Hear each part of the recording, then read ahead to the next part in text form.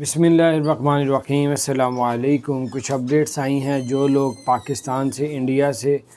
اور مختلف کنٹریز سے جو ہے شارجہ جا رہے ہیں۔ اب شارجہ نے کچھ رولز چینج کر دیے ہیں، اینڈ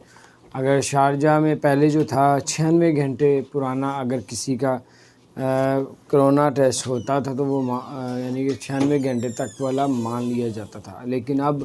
جو ہے وہ اب آپ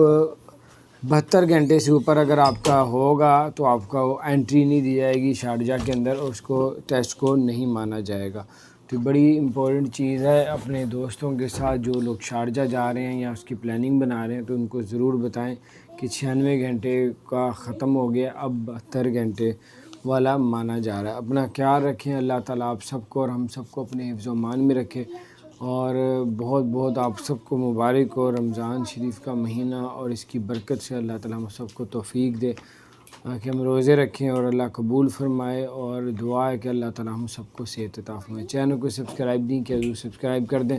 بیل آئیکن پریس کر دیں تاکہ نئی سی اپڈیٹس آپ تک پہنچیں۔